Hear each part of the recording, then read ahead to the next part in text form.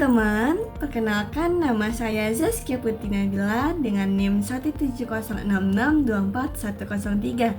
Saya dari Prodi S1 Akuntansi, kelas D, Fakultas Ekonomi di Universitas Negeri Jakarta.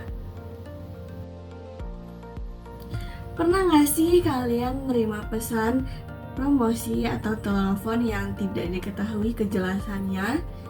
Bisa jadi itu karena data pribadi kalian telah tersebar tanpa izin.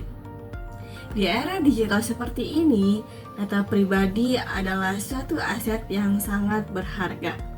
Sayangnya masih banyak orang yang tidak sadar bahwa data mereka telah disalahgunakan.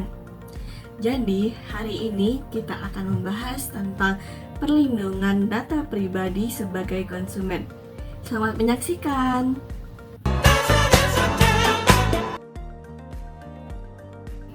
Data pribadi adalah informasi yang dapat mengidentifikasikan seseorang, seperti nama, alamat, nomor telepon, email, hingga data kartu debit atau kredit bank seseorang.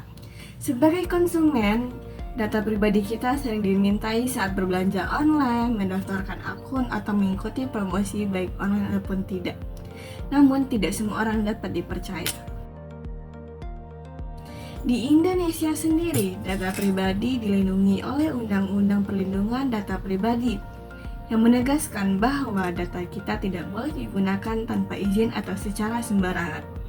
Seperti yang telah disebutkan dalam Pasal 67 Ayat 1 Undang-Undang Perlindungan Data Pribadi yang menyebutkan bahwa setiap orang yang dengan sengaja melawan hukum memperoleh atau mengumpulkan data pribadi yang bukan miliknya dengan maksud untuk menguntungkan diri sendiri dan dapat mengakibatkan kerugian bagi subjek yang data pribadinya diambil, dapat dikenakan pidana penjara selama 5 tahun dan dikenai denda sebanyak 5 miliar rupiah. Serta Pasal 67 Ayat 2 Undang-Undang Perlindungan Data Pribadi juga menyatakan bahwa setiap orang yang dengan sengaja melawan hukum mengungkapkan data pribadi yang bukan miliknya sendiri dapat dikenakan sanksi pidana penjara selama 4 tahun dan dikenai denda sebanyak 4 miliar rupiah. Pentingnya untuk melindungi data pribadi, karena jika data pribadi bocor akan menimbulkan risiko yang sangat besar. Di antaranya yaitu, yang pertama, pencurian identitas yang dapat digunakan oleh pihak yang tidak berkepentingan.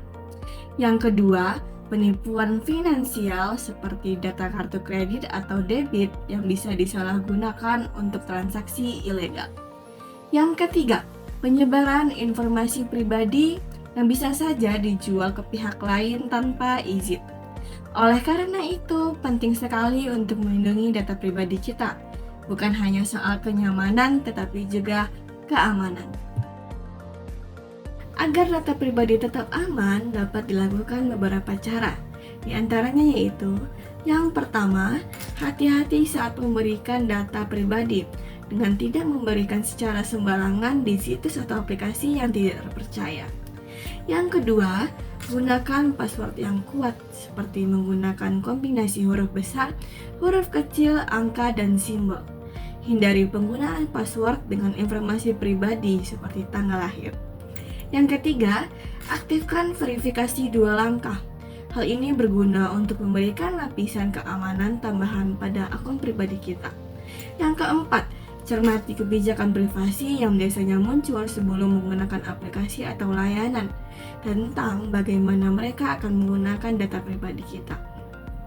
Yang kelima, jangan bagikan OTP atau kode verifikasi secara sembarangan. Yang keenam, gunakan antivirus atau firewall untuk mencegah serangan malware yang mencuri data. Mari bersama-sama menjadi konsumen yang bijak dan melindungi data pribadi. Ingat, data pribadi adalah hak kita dan kita punya kendali penuh atasnya. Jika kalian merasa data pribadi kalian disalahgunakan, jangan ragu untuk melaporkan ke pihak yang berwenang. Segitu dulu teman-teman, sekian dari saya, sampai jumpa dan terima kasih. Audio Jungle.